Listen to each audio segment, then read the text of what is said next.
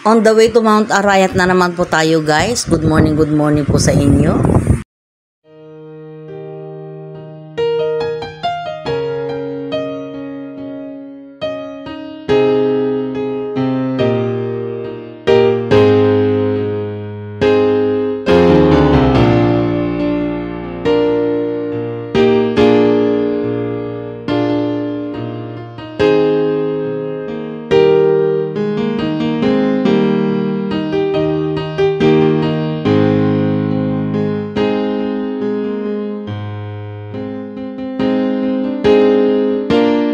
Ngayon guys, kasama ko na naman si Ters Gonzales. Guys. Ayan, bibiyahe na naman po kami.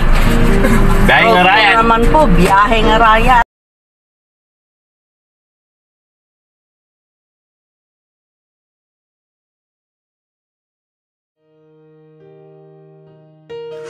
Good morning na naman po sa inyo.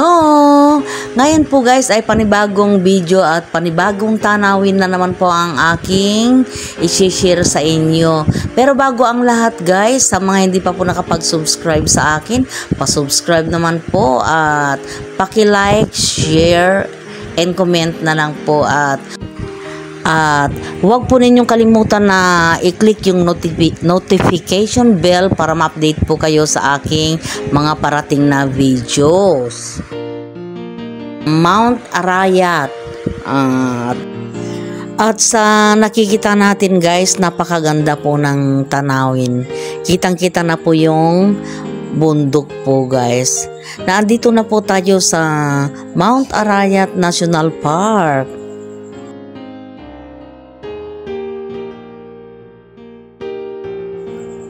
Ganito po kaganda ang Mount Arayat National Park.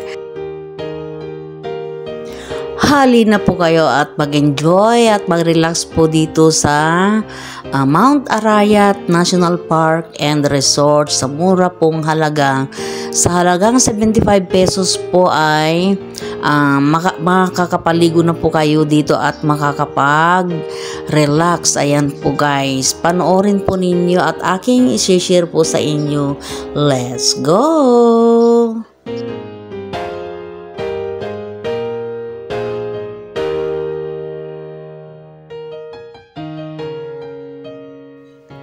At ito po guys ang kauna-unahan kong pamamasyal dito po sa Pampanga.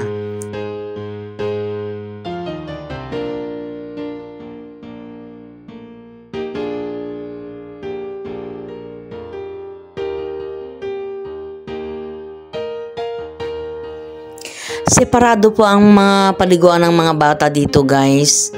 At ito po yung pinakamababaw na swimming pool po dito sa Bundok Arayat guys. At kung mapapansin po ninyo dito, bawat pool guys ay may bakod.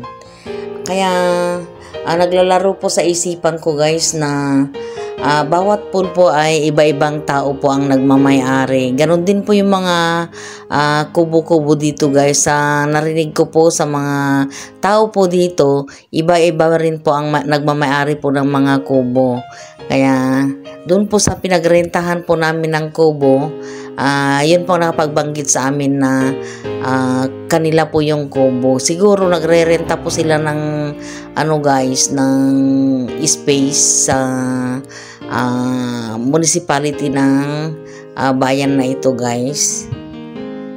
Sobrang ganda po itong park na ito guys. Grabe. Kaya po siguro idineklara na isang tourist spot po itong Mount Arayat National Park and Resort guys.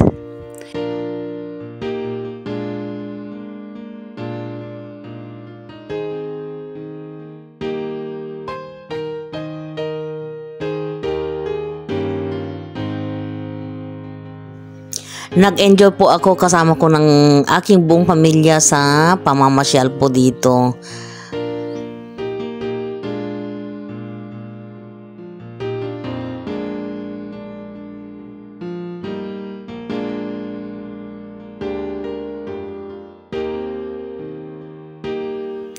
Base po sa Google guys, may mga nakatira din po dito ng mga Aita. Pero sa kabilang side po siguro, hindi po dito sa katabi po ng resort na ito.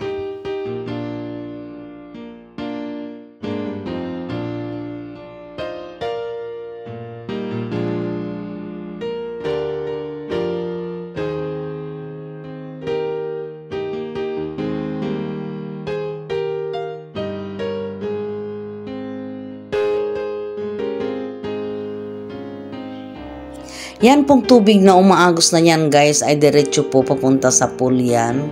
Doon po sa pinapaliguan ng mga matatanda guys.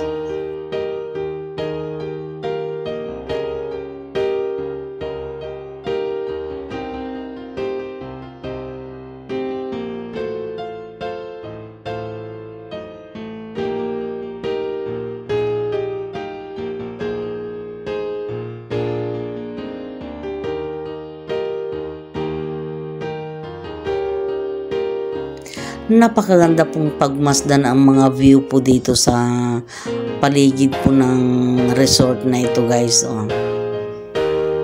Ayan oh.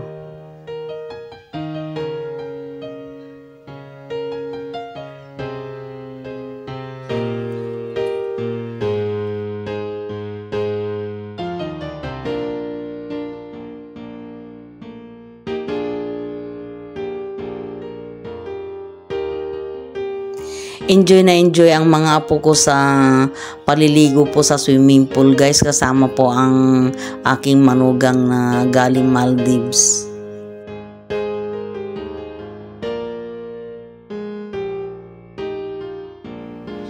Ganon din po itong best friend po ng asawa ko na Balo guys, kaya kung napapansin po ninyo, panay po ang panliligaw niya dito sa nagtitinda po ng banana Q.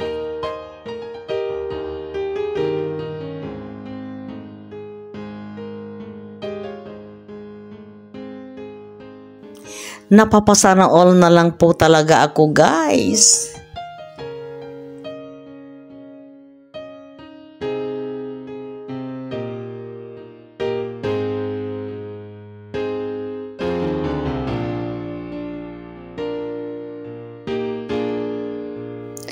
Parang matagal na po silang magkakilala guys, at naku po, nakakainggit. Sana all talaga, oo. Marami rin pong nag-iihaw-ihaw po dito guys, katulad po namin. Kaya lang yung bangus po namin na dala, tinangay po ng pusa. Walang kapagod-pagod po ang pusa. Oo, nakakain ng libre. Sana all, naging pusa na lang. Joke lang.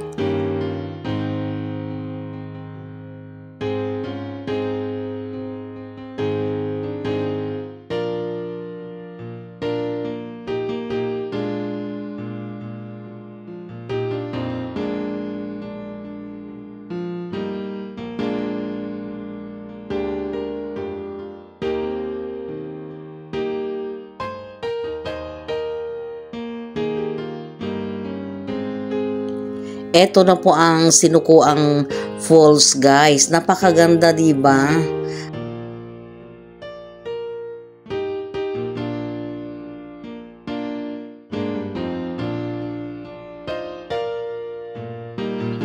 Ganito po ang view sa may Sinukuang Falls guys. Ayan po oh. Di ba guys? Siya naman ang nanay ko. Sayang at hindi ko na makikita. Hindi ko man lang naiparamdam kung ano yung mga tinatamasa ko ngayon. Ang pagsisisi po guys, laging nasa huli. Kahit minsan bungerang nanay namin, pero hindi po kami pinabayaan. Lahat ng peraan ginawa niya pa, mapakain lang kami. May mga narerentahan din pong mga ano po dito, video okay. Ang gaganda po ng mga video okay nila. Hindi po gumagaralgal at pinapaganda po niya ang boses ninyo. Kaya enjoy po ang inyong Inday dito. At ganun din po itong aking apo. Hindi ko alam may tinatagong talent po pala guys. Kumakanta rin po pala.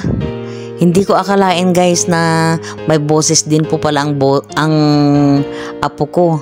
Sa bagay nga naman yung pusa nga may boses. Siya pa kaya, joke lang.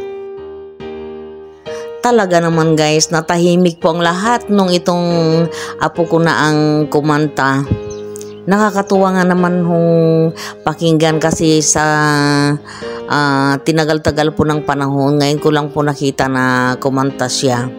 Kasi dati ang nakikita ko lang pong ginagawa niya yung sumasayaw-sayaw po. Ito na po yung anak ko at saka yung apo ko na nasa Australia guys. Sinusundo po nila yung kanyang bayaw o tsuhin ng aking apo.